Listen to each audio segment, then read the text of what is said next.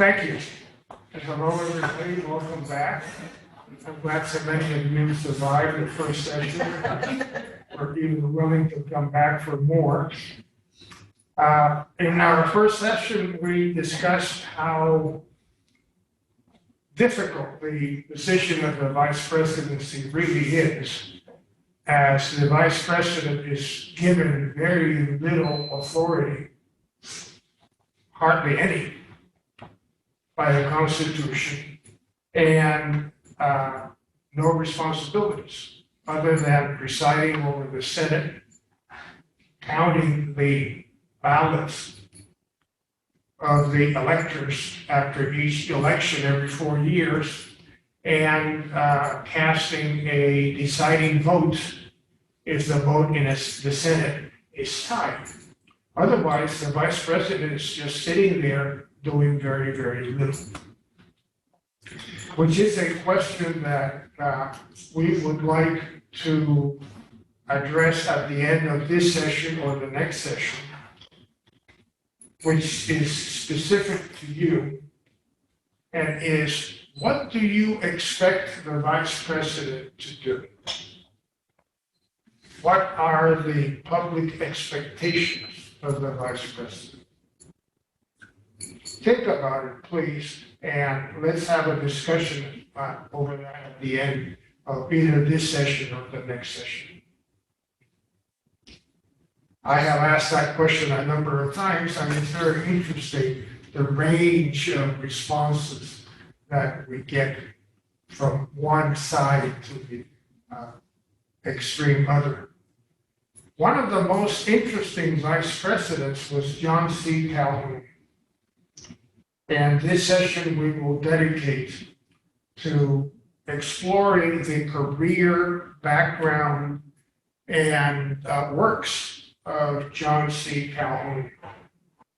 How many of us are familiar with John C. Calhoun? Yeah, kind of.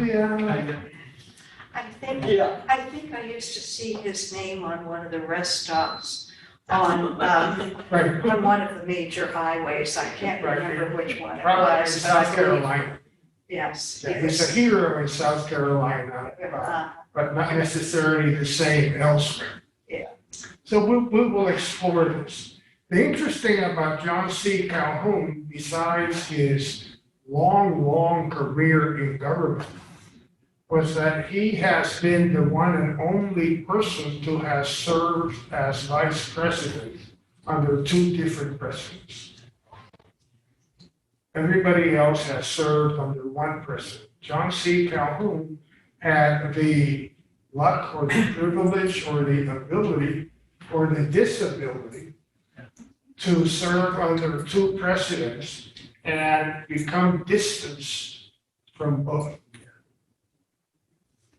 So it was not a happy union there between not only one president, but 2 presidents. He was born in South Carolina in 1782. His father was in politics and was a state legislature.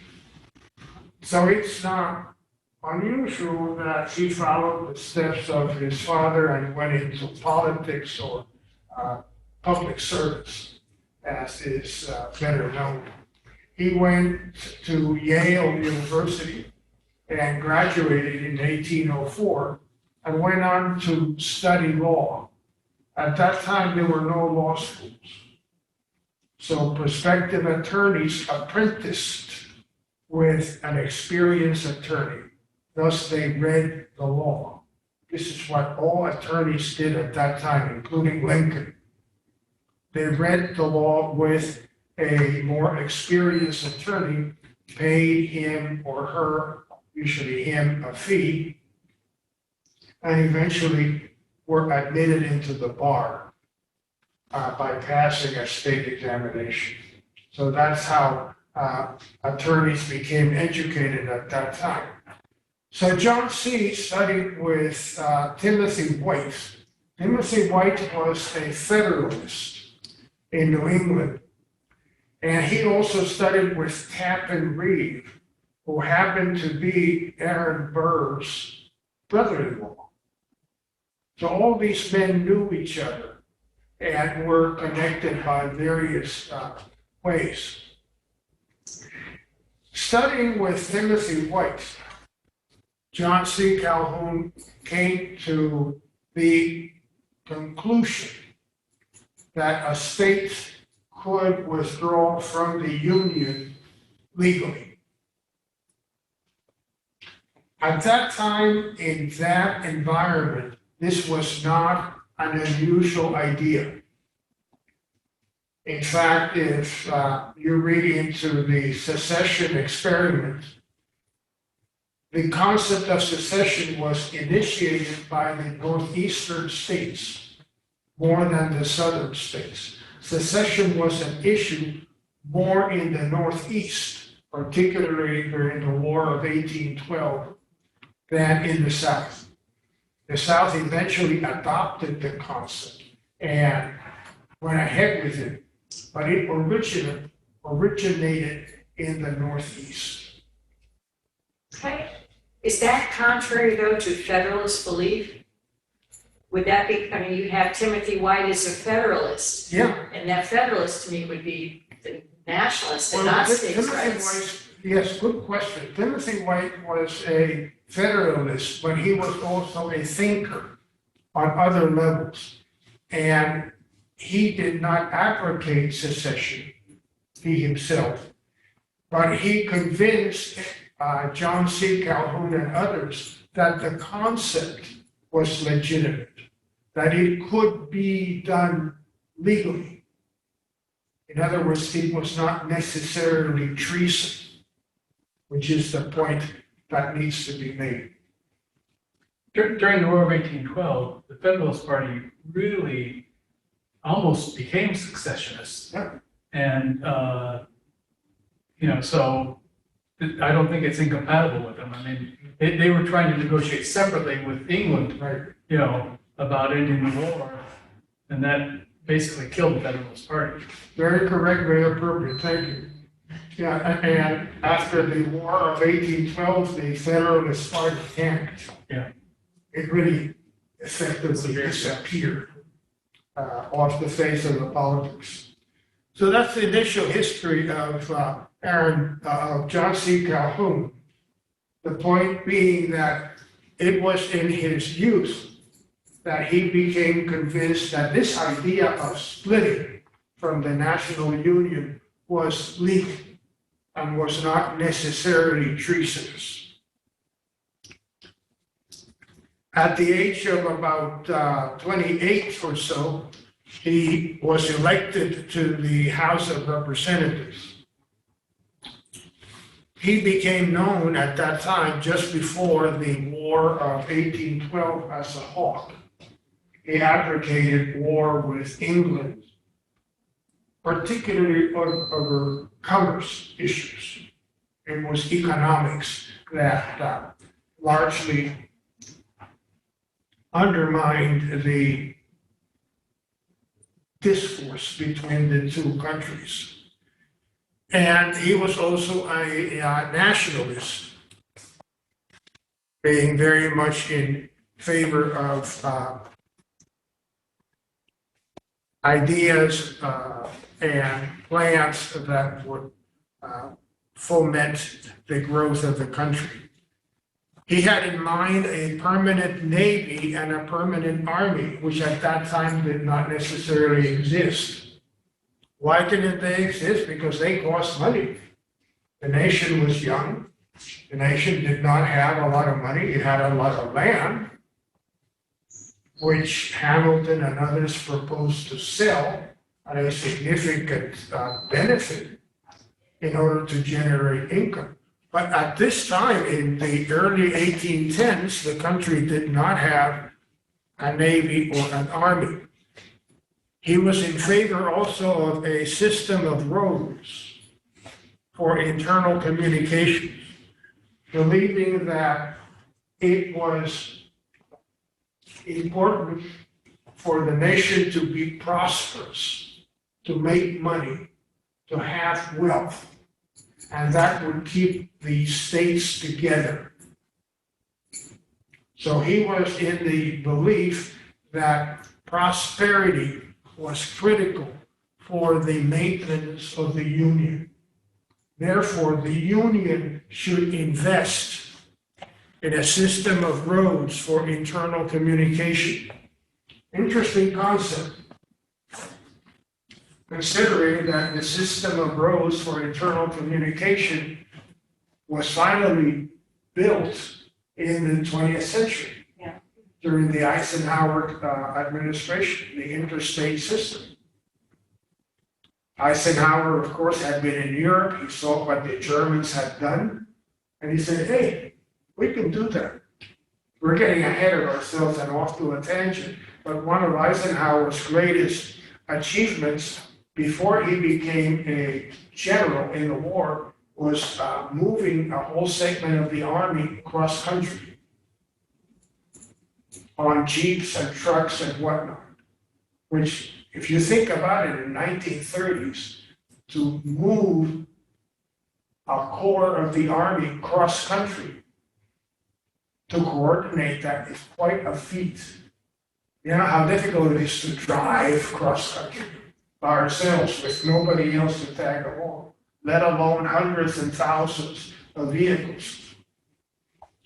So the system of roads for internal communication was one of the ideas that John C. Calhoun put forth. He was also in favor of the Second Bank of the United States because, like we said, he believed that national unity would bring increased national power and general credibility and strength. Do we all know the history of the national banks? No? Kind of? Okay. I won't bore you too much with that, but let's say this. The first national bank of the United States was the idea of Alexander Hamilton, the one who got shot, the one about the musical, the $10 bill. And that was one of his plans in order to fund the early country, to make it economically feasible. The first national bank of the United States was built in Philadelphia. The building is still there. The bank was chartered by the federal government. Yeah, this is a key thing to remember. It was chartered by the federal government, not by the state government. So the state could not regulate that bank. That bank, as being a national bank, could have branches in many different states. State banks could only have branches in that one particular state. Remember the Bank of Manhattan? The Bank of Manhattan could only have branches in the state of New York. But the national bank or the second bank, the first bank of the United States could have branches in different states, not subject to state law. The other thing about the Bank of the United States was that it was for profit. And it had sold shares to investors, private investors. The major functions of the Bank of the United States was to accept deposits from the federal government, distribute them, and also to make loans back to the federal government. So it was somewhat private, somewhat public. Not necessarily all public, and certainly not necessarily all private. The first Bank of the United States was chartered for about 20 years. And at the end of 20 years, the charter expired. The second Bank of the United States was then rechartered by the United States Congress. And eventually, was allowed to die under President Jackson, which is somewhat ironical that his picture is on a $20 bill. Yeah. Because he was a major enemy. It was all-out war between President Jackson and the Second Bank of the United States. At that time, John C. was in favor of the Second Bank of the United States. Interestingly, this is what he began with. This is not what he ended up with. This is not what he developed into. Permanent Navy, internal improvements, the Bank of the United States. He was such a hawkish member of Congress that after the War of 1812, he was appointed Secretary of War, even though at that time he was about 35 years old, something like that. Rather young man. As Secretary of War, he advocated and he was in favor of a system of internal taxation that would continue even if there was a war. At that time, the War of 1812 had been very disruptive when the British invaded the United States and burnt the White House and burnt the Congress and threatened Maryland and all that. So the receipts of the federal government were very limited in case of war. He was instrumental in developing the Bureau of Indian Affairs in 1824. And he opposed Andrew Jackson's, who was a general, invasion of Florida. This is another story that we need to digress for a moment to explain this. Florida was Spanish at that time. North of Florida was Georgia. Georgia was put in as a colony in order to put a buffer between the Carolinas, the British Carolinas, and the Spanish Florida. There used to be two Floridas at that time, Western Florida and Eastern Florida. So that was the purpose of the colony of Georgia. In the early 1800s, the Indians, the Seminoles, were making advances into Georgia. And there were a number of confrontations there, and a number of people got killed. Probably about 50 or 50-some white settlers, citizens of the state of Georgia. That's a simplification of the whole thing, but you generally get the idea. There was a conflict there between the Spanish colonists of the United States, in the middle of Georgia, the Indians and whatnot. So Jackson was a general at that time, commanding troops down there, and he was told that General Jackson, will you please go in and push the Indians out of the way? Not kill the Indians, not decimate them, not annihilate them, just push them out of the way so that the citizens of Georgia can be safe.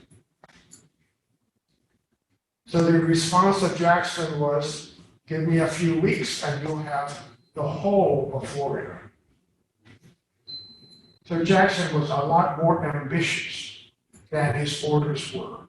His orders were very limited.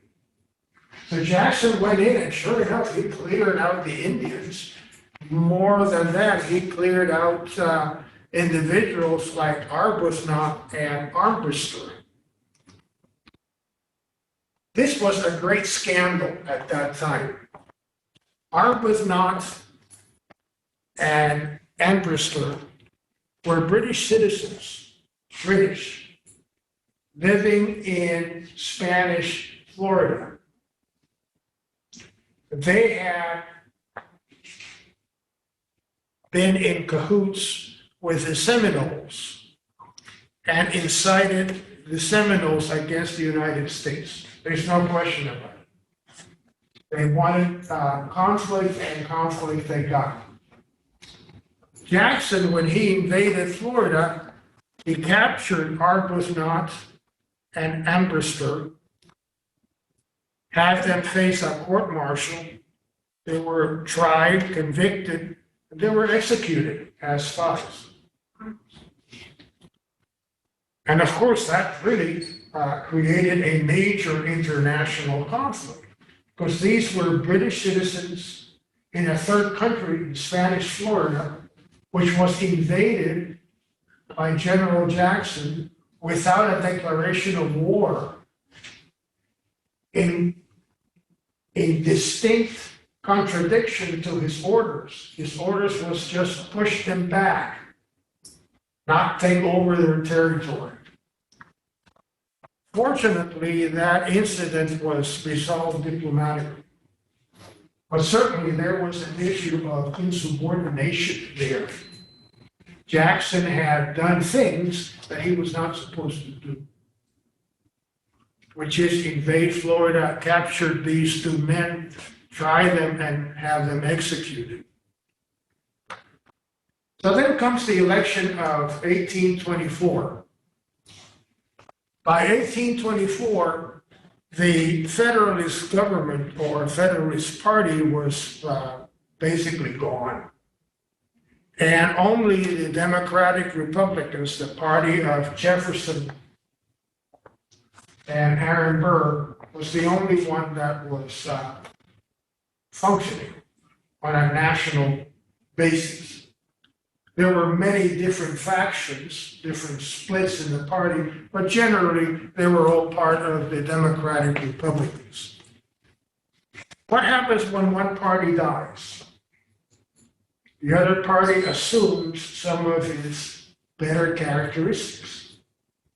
So without shame, the Democratic Republicans took several initiatives of the Federalists, like the second bank, the tariff, internal improvements, which you can see here, canals and bridges and transportation, piers and the like. And they also relaxed the construction of the Constitution, particularly the idea of the primacy of the southern states' interests. They somewhat relaxed it for the time being. We're talking 1824, slavery was present, but slavery was not the pressing issue that it would become in 15, 20, 25 years. So the Democratic Republicans, being the only party, adopted a lot of the initiatives of the Federalists. There were 5 candidates for president in 1824. They all came from the same Democratic Republican Party. General Jackson, John Quincy Adams, who was the son of John Adams, and at that time was Secretary of State. He was from Massachusetts. Henry Clay, who was Speaker of the House. William Crawford, who was Secretary of the Treasury, and John C. Calhoun, who was Secretary of War. One of the things that we need to point out was that there were no party conventions at that time, but there were caucuses in Washington. In the summer of 1824, the Democratic Republicans met in Washington, the ones who were senators and representatives, and said, okay, who should we endorse as candidates for the president and vice president? Their choice was William Crawford for president, and vice president was Albert Gallup of Pennsylvania. Why? Because they were popular, they thought that they could make good executives. What happened was that Mr. Crawford had a stroke shortly after the caucus, and he was really disabled. He could still get around somewhat, but there was no question that he was very, very limited. The election took place in November, but before that, John C. Calhoun realized that with so many candidates involved and elections being what they are, and him being from South Carolina, from the South,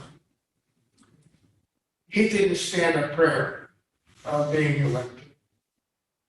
So he said, look, I am not going to be number one, so I might as well be number two. Being an astute and somewhat sharp politician, he went around and said to the various delegations, I know that you want to vote for General Jackson. I was General Jackson. You vote for me for vice president? Yes. Deal. I know that you're in favor of John Quincy Adams. I get along with John Quincy Adams. I'd like to be vice president. I'll vote for John Quincy Adams and support him if you vote for vice president. Sure. So what did he do? He became just about everybody's running mate. And that way he was easily elected. The president, on the other hand, was not that easily elected. At that time, there was not a general election as such. There were several states that did not have a general election.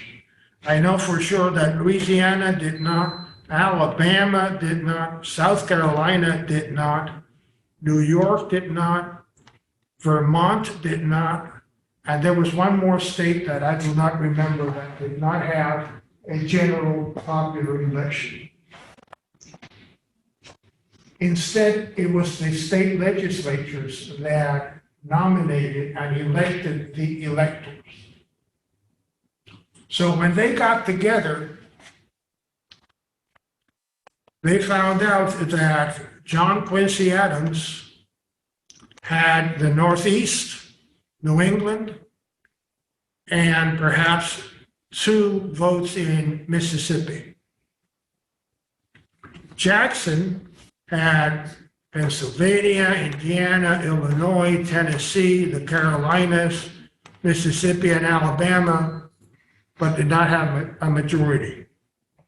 Crawford just had Virginia and Georgia, and Henry Clay had Ohio, Kentucky, and Missouri. Talk about a complicated election. You cannot make heads or tails out of this, except that Adams won in New England because he was from Massachusetts. So there was no winner. Therefore, the election had to go to the House of Representatives. In those states that had actual voting, this is what happened. Jackson, 151 grand. Adams, 113. Crawford, 41,000. And Henry Clay, 48,000. And here are the percentages. Nobody has a majority. Electoral votes, 99, 84, 41, and 37. So if there is no majority, according to the Constitution, the election goes to the House. And in the House members are able to choose between the first 3 candidates. So the fourth one, Henry Clay, which had the least electoral votes, he gets chopped. He's out of the picture. The only 3 viable candidates for the House were Crawford, who still had a stroke, Adams, and Jackson. The key thing then was that every state had one vote, regardless of how many representatives they had in the House. Every state had one vote, just like in the election of 1800.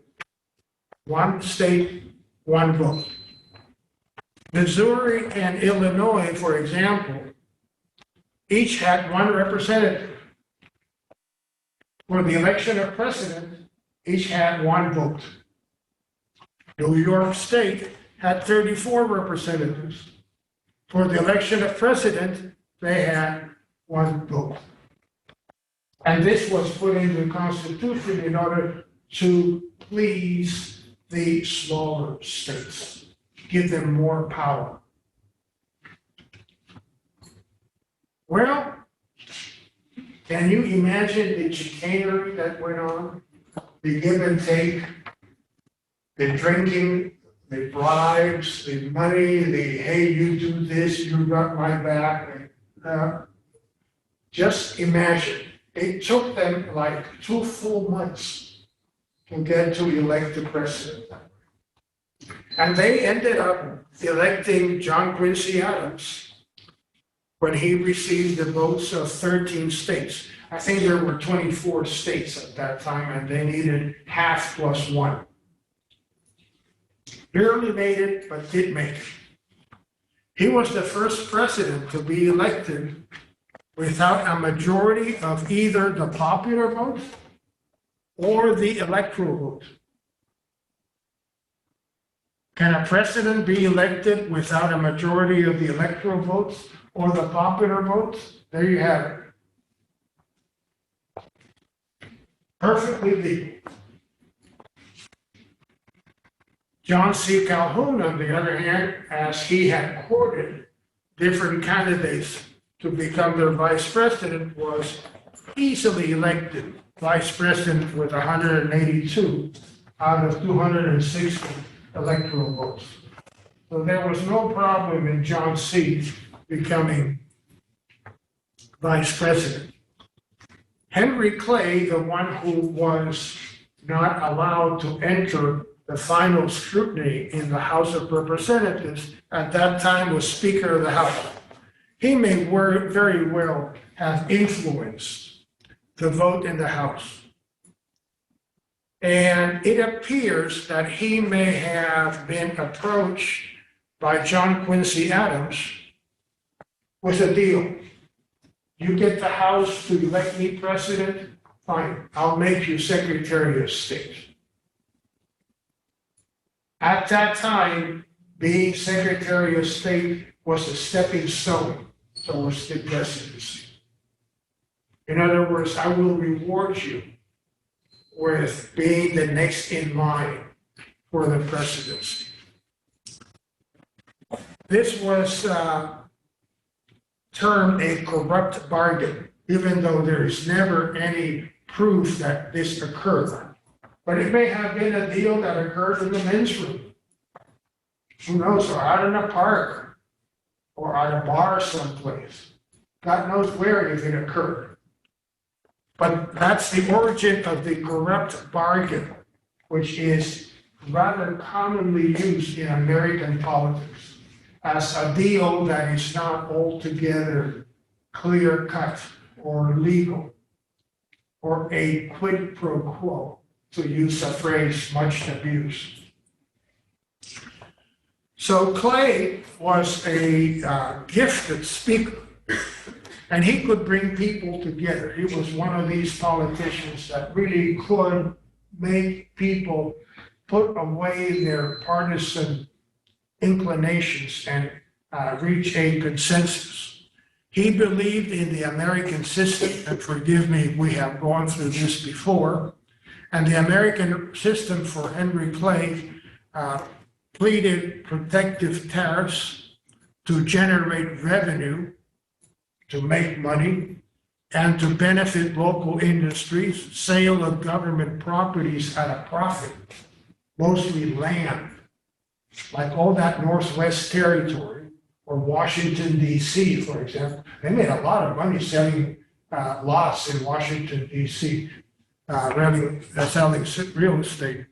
The second Bank of the United States, and internal improvements in transportation to encourage commerce. This is something, the internal improvements that the northern states wanted. This is something that the southern states did not. The southern states said things like, why should we invest millions of dollars in something like the Erie Canal that is going to benefit primarily New York State? Of course, their vision was very, very limited. They did not understand how that brought increased business to everything. Why should the people in Alabama invest, for example, in an airport in Atlanta? Well, that airport brings a lot of business to the whole region. And on and on and on. So the viewpoint of Southerners who did not want internal improvements was somewhat limited and not farsighted. John C. Calhoun was elected vice president and inaugurated in 1825, but before long he changed, and this is the key to understanding it. His philosophy matured or evolved, and he changed radically in many of his viewpoints. Originally, he was a nationalist. The United States above all, strength in the nation. Then he became a sectionalist, and then more of a state rights individual. He became against tariffs and internal improvements, presumably because they benefited only a part of the people and not the whole of the people. He was for states' rights and against centralization of government. At that time, there was a conference somewhere in the Caribbean about independence and growth and commerce and whatnot. And he was against sending delegates because they would have to sit at the table with black delegates from Haiti and Jamaica, and they would become offended.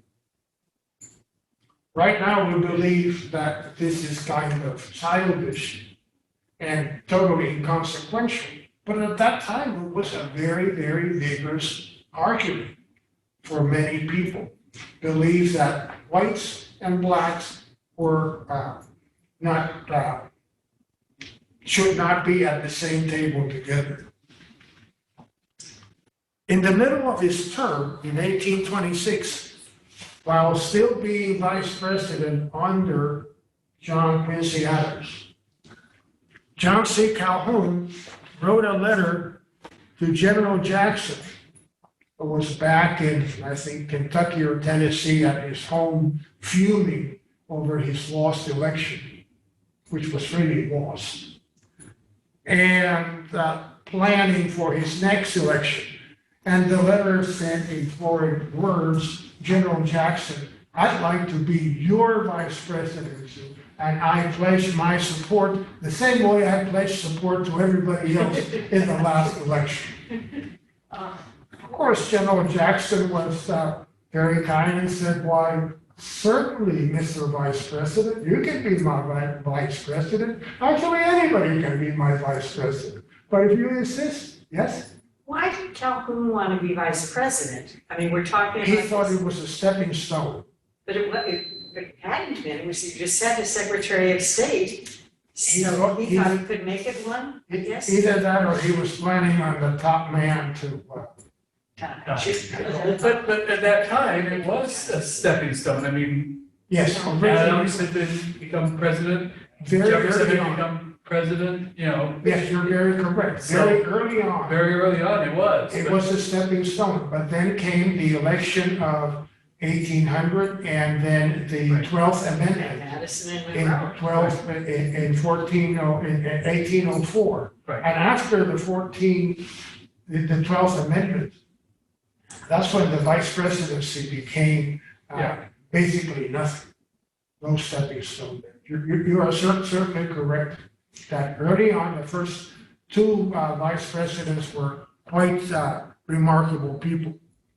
So General Jackson accepted the proposal, and Calhoun ran with General Jackson, and they were both elected in 1828. That's how John C. became the first and only vice president to serve under two presidents. One of the deals that apparently John C. Calhoun made with General Jackson was that General Jackson, when he became president, he should have or acquire or adopt a more southern approach to things. Look at things from a southern point of view. More states' rights, less centralization. He was disappointed because General Jackson, even though I think he came from Tennessee, he did not consider himself a southerner or more of a westerner at that time. So politically, John C. Calhoun also became disappointed with President Andrew Jackson. Jackson really did not become a champion of states' rights, which apparently Calhoun had more or less demanded or requested, but he didn't. And that was one of his sources of disappointment. The other source of disappointment was somewhat more pedestrian, and this involves the petticoat affair. Let's explain this. President Jackson was a widower at the time when he became president, so there was no first lady. I think his niece or his daughter-in-law or somebody else was the acting first lady at official ceremonies. But in the social ambiance or environment of Washington, the vice president's wife was supposed to be the leader of all things social. All right? So maybe they had a dinner club, maybe they had a wine club, maybe they had a knitting club, maybe they had all these things. The vice president's wife was supposed to be the leader of these activities. Calhoun's wife was, I am told her name was mentioned, was pronounced Florid, but it could be Floride. And if you want to say fluoride, that's fine with me. So Florid Calhoun was then the social leader of Washington, D.C. She took issue with the wife of Secretary of War John Eaton, namely Peggy O'Neill Eaton. Her father had owned a hotel, and she may have been part of the health of the hotel. She may have entertained guests. She may have just cleaned tables or checked luggage or something or other. But that gave her a bad reputation.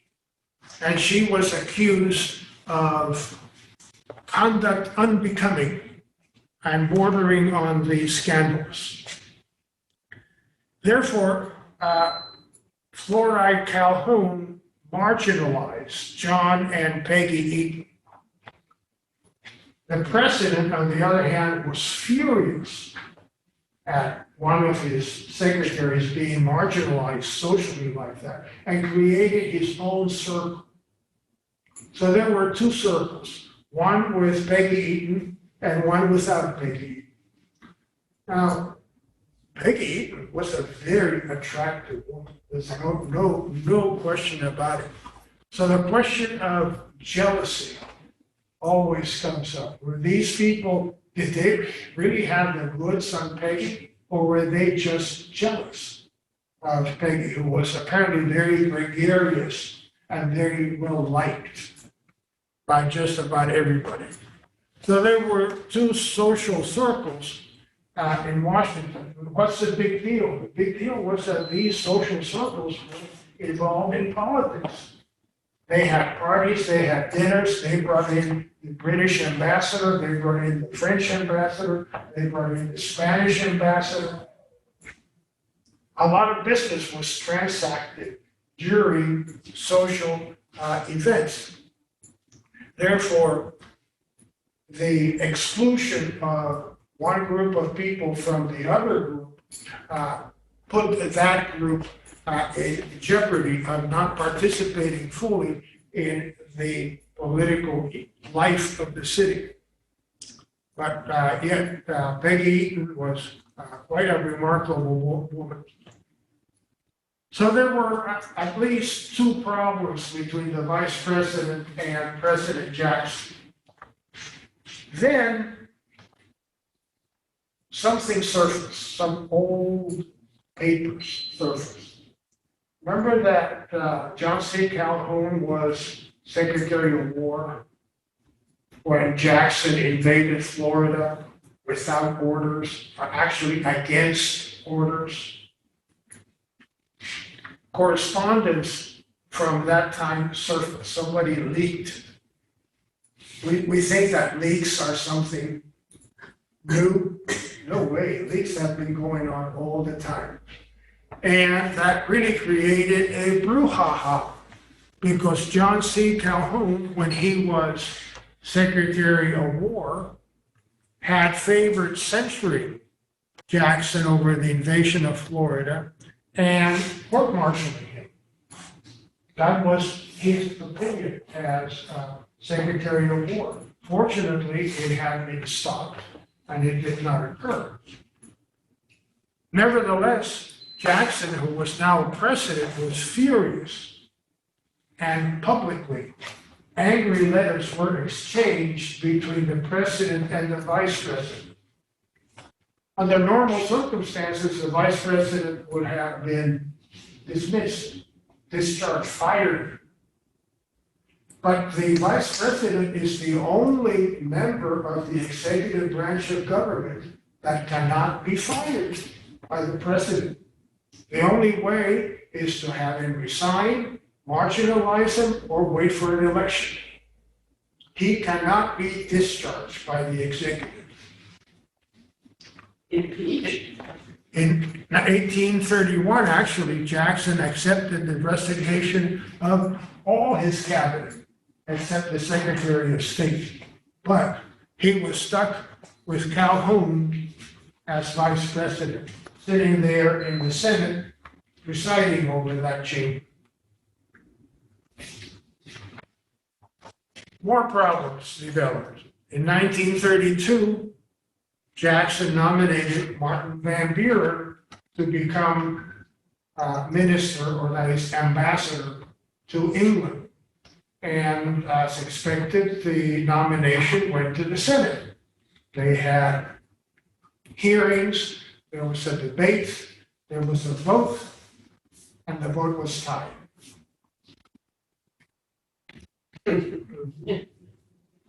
So with great pleasure, John C. Calhoun, when it came his time to vote, voted against the president's nominee. That is the vice president of a sitting president voting against his nominee for an ambassadorship. Just can you imagine? Jackson was livid, and that led to Van Buren becoming the next vice president instead of John C. Calhoun.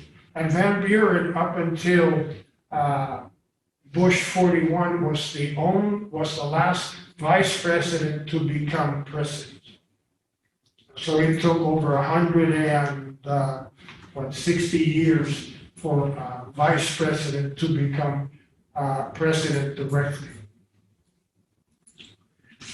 So John C. Calhoun realized that his future in the administration was bleak, if anything.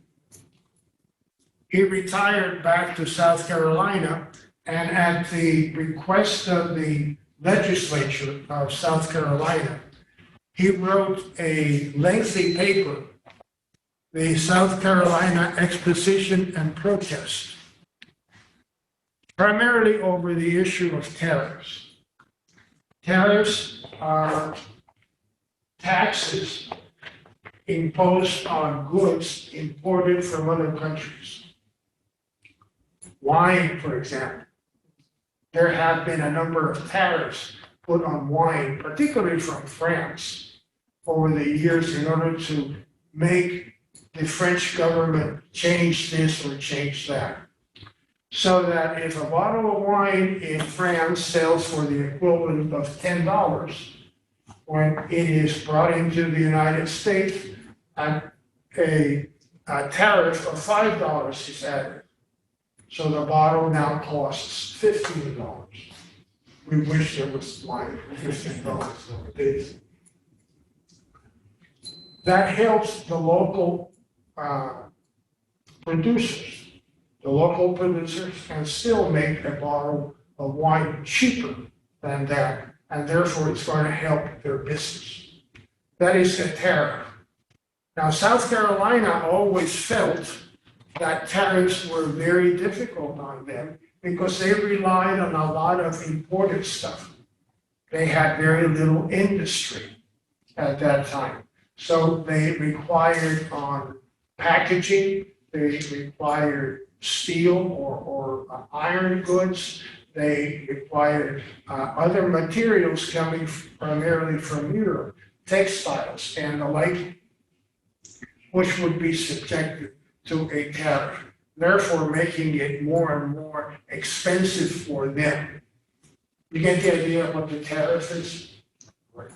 So a state that required a lot of imported stuff suffered more from the tariffs than one that did not rely as much on imported stuff. This document also rejected centralized government, which is one of the things that he advocated for early on. So he changed as far as this. He supported the theories of interposition and nullification. Those two concepts are very, very controversial, and they have been used even in our lifetime to oppose policies of the federal government. It all goes back to the conflict between state governments and the federal government that have always been in conflict with each other to a greater or lesser extent. The theory holds that if a federal government, Congress, makes laws that are detrimental to the sovereignty, liberty, and freedom of a state, the state has the right to face the federal government directly, to interpose, to say, wait a second, you're not going anywhere. That's the theory of interposition, that a state has the ability to individually confront the federal government. Say, gee, I don't remember anything ever happening. Well, how about when the schools were integrated? That was invoked in many, many states, that this rule of the federal government does not apply to us. A corollary of that is the theory of nullification. Nullification is a little bit more radical.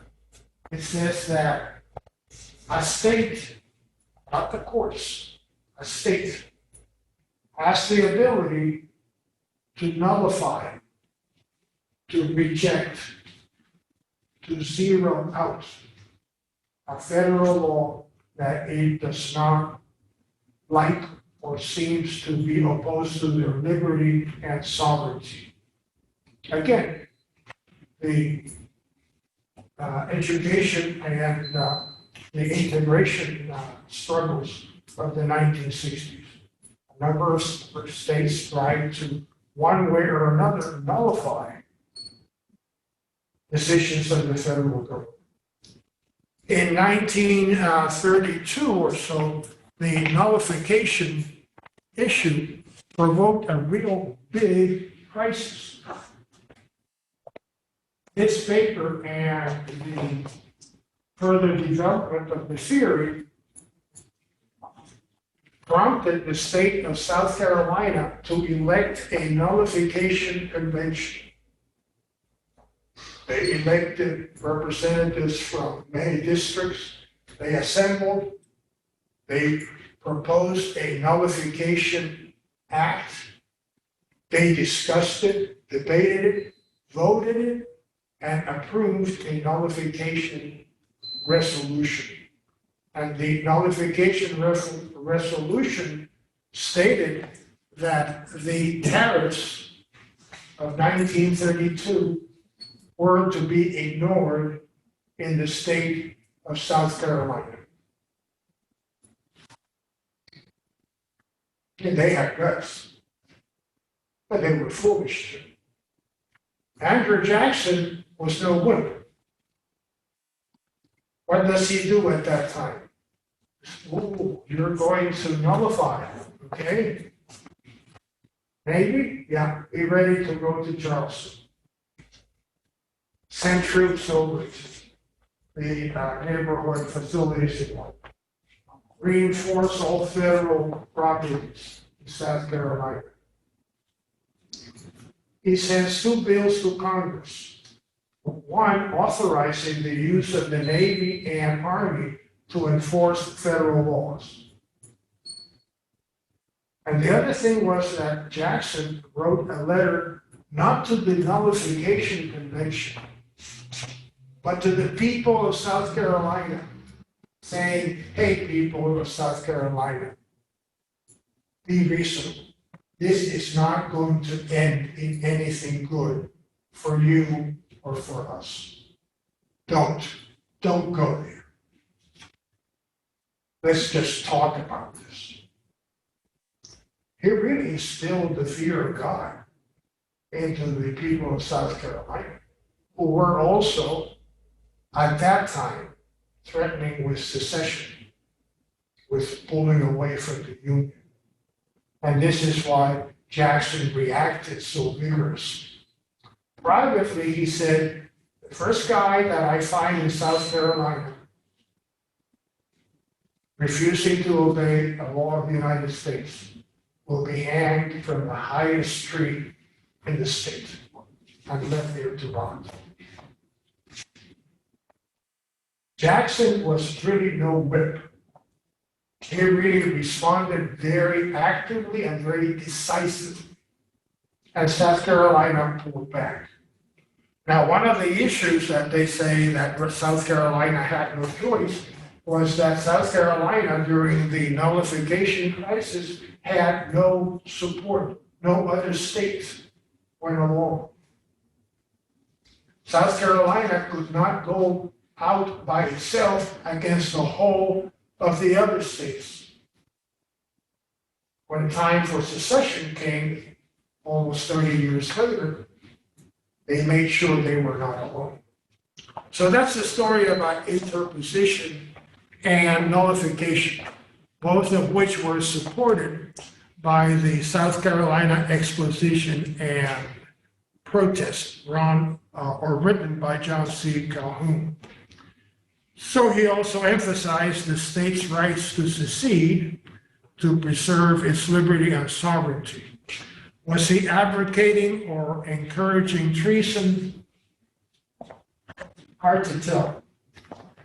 This always gets discussed in in history debates.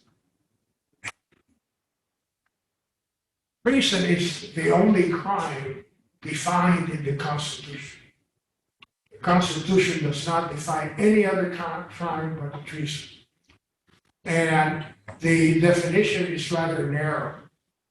As long as somebody is not advocating war or an open act of war, treason is very difficult to prove. So even though John C. Calhoun's decision may be somewhat distasteful to us at this time, it probably does not go all the way up to the level of treason. This has been discussed at length and will be discussed for generations. So the nullification proclamation of South Carolina was adopted. Jackson reacted rapidly. There was a compromise on the tariff under the leadership of Henry Clay. And John C. Calhoun was then appointed to the Senate by the South Carolina legislature and resigned as vice president with only a few weeks to go. At that time, as you know, the senators were appointed by the state legislatures. They were not elected until 1913. So this has been so far a very active career for this man. This man was in the legislature, he was Secretary of War, he was vice president under two presidents. He now is appointed to the Senate once again from 1833 to 1834. In 1844, he was appointed Secretary of State too. This man had just about every single position in Washington. The main issue at that time was the annexation of Texas, which we could discuss for another whole session.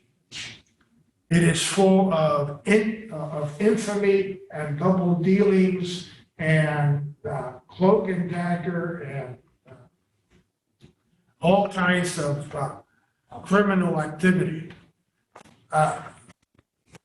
A treaty was delivered to the Senate in the middle of the night, the day before the Senate was supposed to adjourn. So the senators were supposed to vote on it immediately. Well, smartly, they rejected the treaty. Texas was eventually admitted by a joint resolution, not by a treaty. The problem with Texas and the annexation of Texas, as we will discuss next week more in detail, was a number of parties were involved.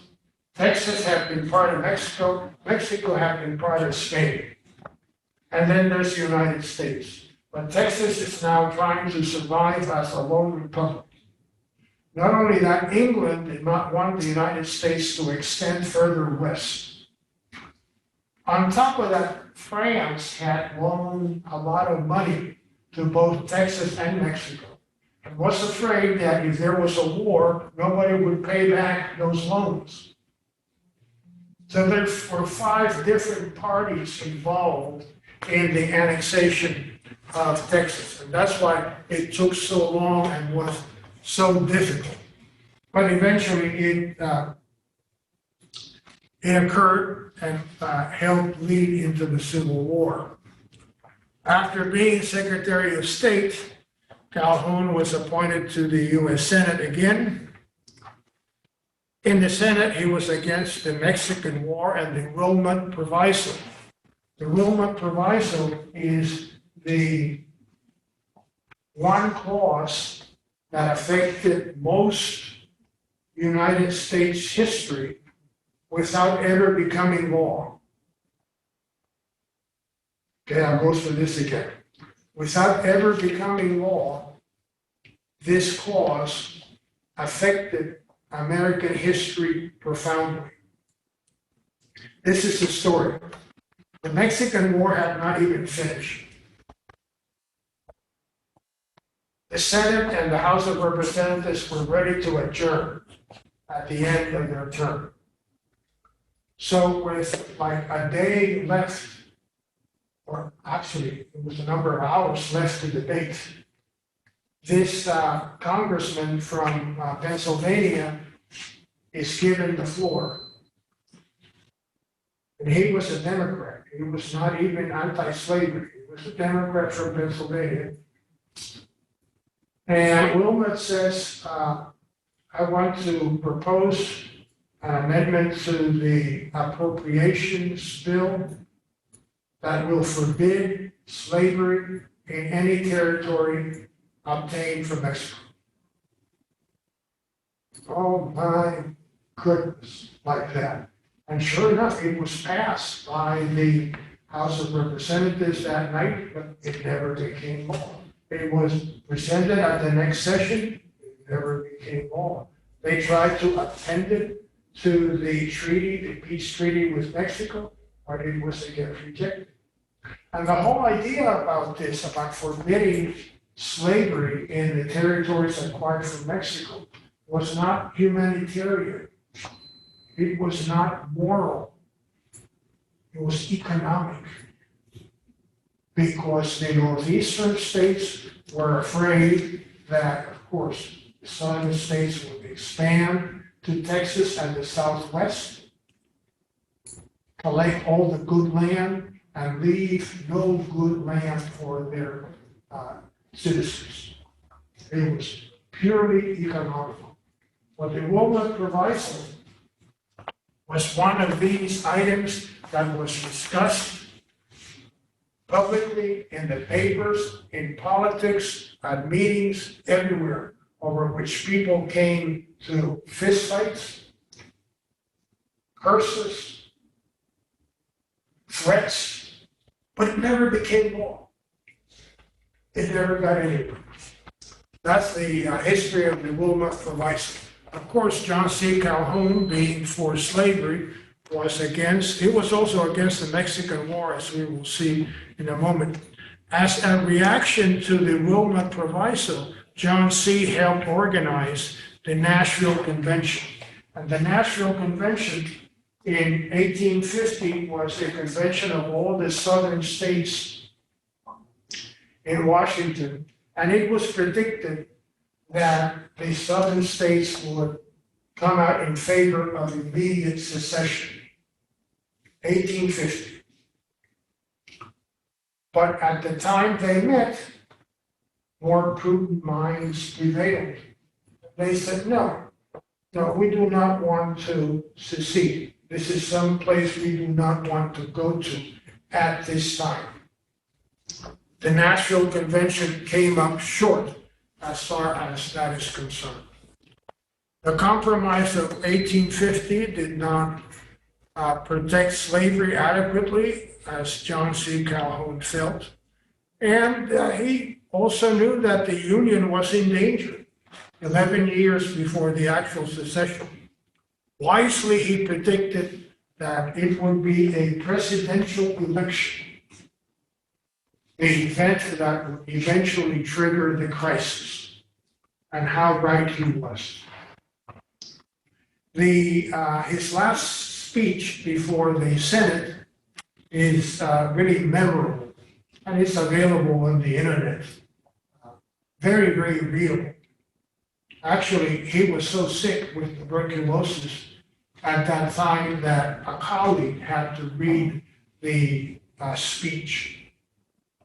He was so infirm, he died like 2 months later.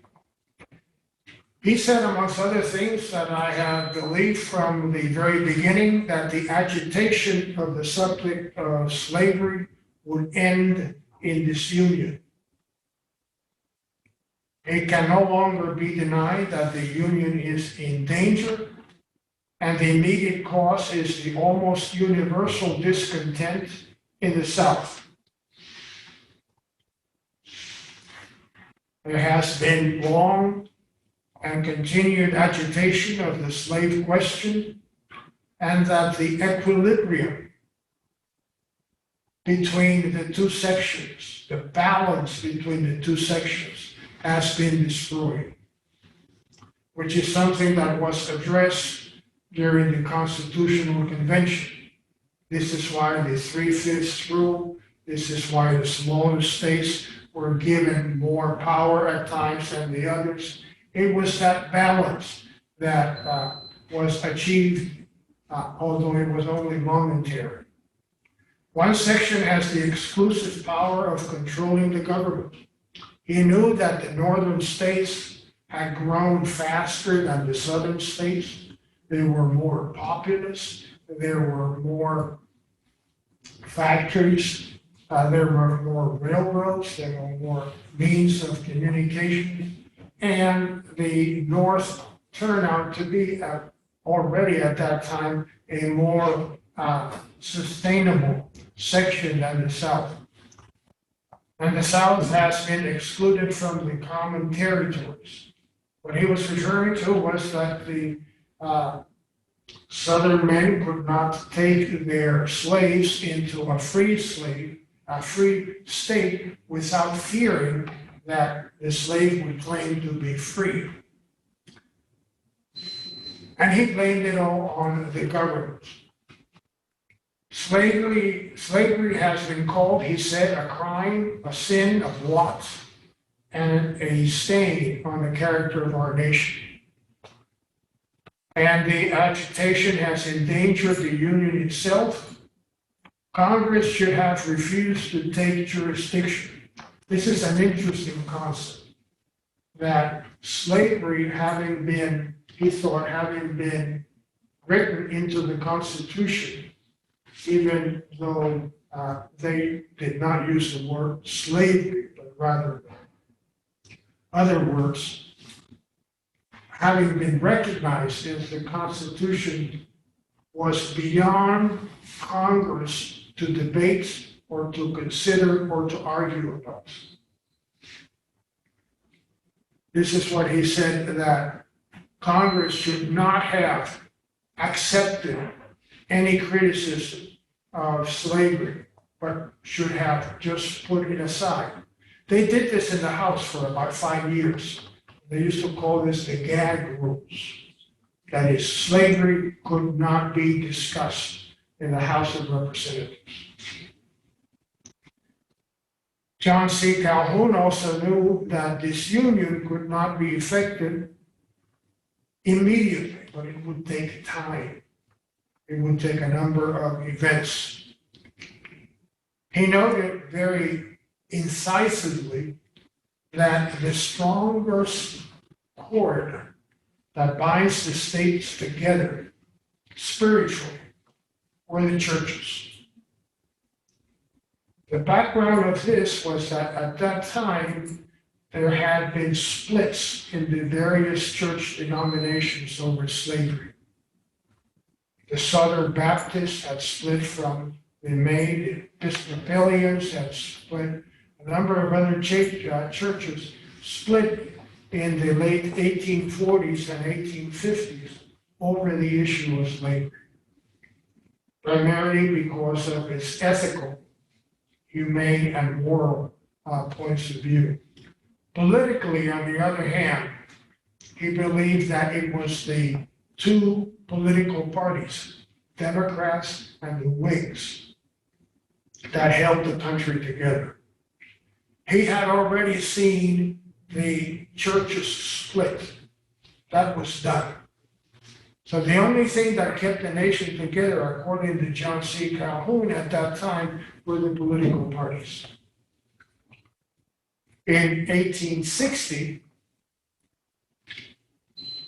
the political scene was a disaster when the Democratic Party split once and then split again. But that's a story for another day.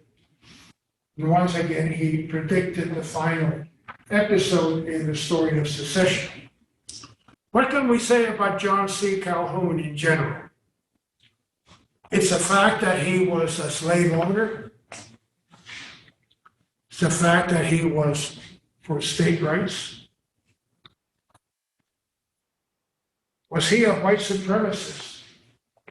He was as close as us can be a white supremacist.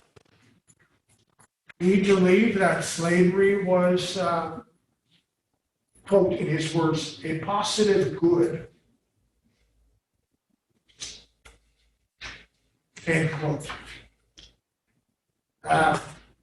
People have discussed and argued that he was really not a white supremacist, but rather a product of his time. And the answer to that would be, yeah, sure, it was a product of his time and a white supremacist too. Because most people were a product of their time and white supremacists at that time. He saw no question whatsoever to argue over the morality of slavery. That was not an issue for him. He refused to engage anybody who wanted to discuss the morality of slavery. He believed that all societies are ruled by an elite group that enjoys the fruits of the labor of all other groups. That is, one group works while another group doesn't. One group enjoys the fruit of another group's work. He wanted to protect not minority groups' rights. He wanted to protect minority groups' privileges. The minority groups in his mind were the southern wealthy plant owners. He wanted to protect their privileges, not necessarily their rights. He pleaded for the suppression of slavery and was in favor of extending slavery to the new territories. And this issue was the key issue over which the Republicans and Abe Lincoln campaigned just prior to the Civil War. It was not over slavery. They were ready to accept slavery where slavery existed. It was the extension of slavery into the territories. Who owned the territories? One group said, oh, the United States. Another group said, not necessarily the United States, just they are there. So he opposed or he supported interposition and nullification, which are basically struggles over the long-running conflict between the federal government and the state government. And the last very critical example of this was the decision on abortion. What is state law? What is federal law? What isn't federal law? What is state law? And it still goes on.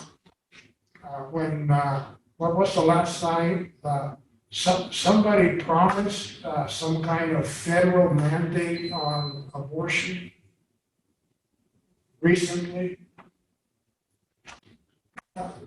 It really does not make sense because that's exactly what the Supreme Court decided, that this is not a federal issue. That this is something left to the states. So any kind of federal mandate, one way or another, runs against the decision of the Supreme Court.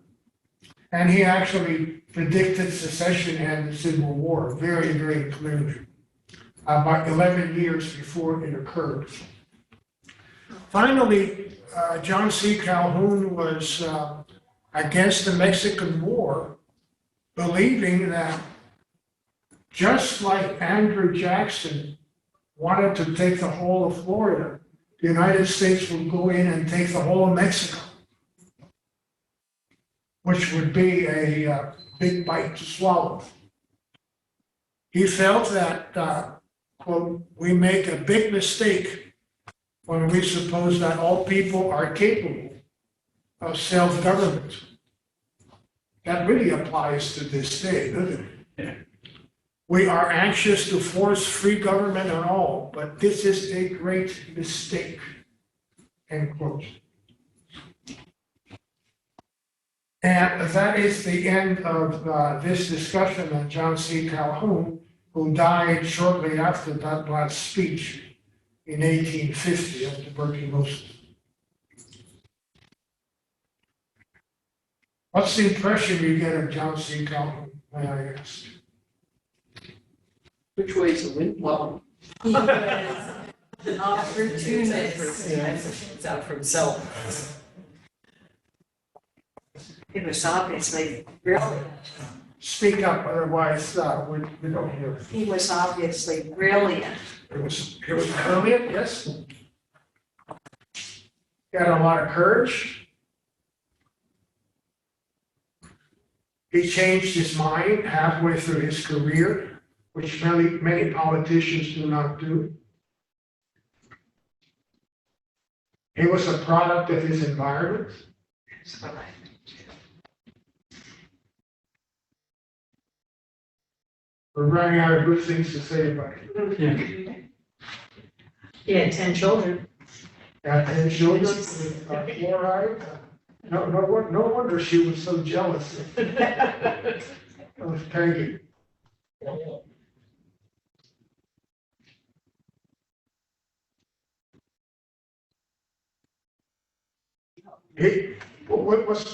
Was he a great American? Let's see. Let's ask that question.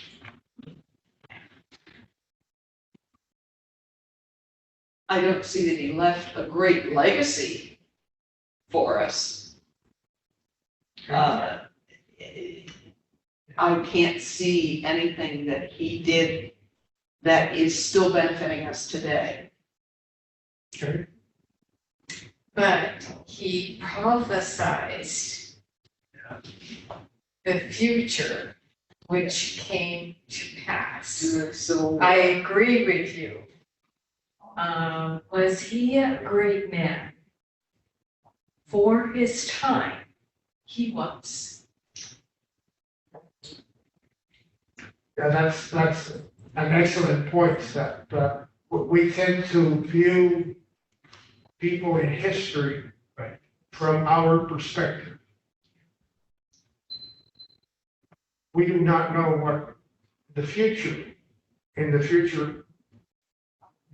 how we will be judged. How, say 200 years from now, people may be scandalized that we ate or killed living things in order to eat their bodies. It could happen, and yet we all do. But we are carnivores.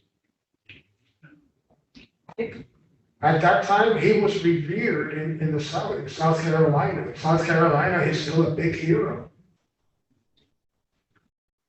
Would you question someone who would be vice president for one man, for Adams, and then be agitating to become vice president for Adams' opponent? I mean, what, is he out for himself? He was out for himself all the way. So, is that a great man, or, we're self-serving. yes? There's no question that he was very, very ambitious. But But then who hasn't been ambitious? yes. And ambition is like one of the hallmarks of being American. That desire to progress, to improve, to grow, to succeed.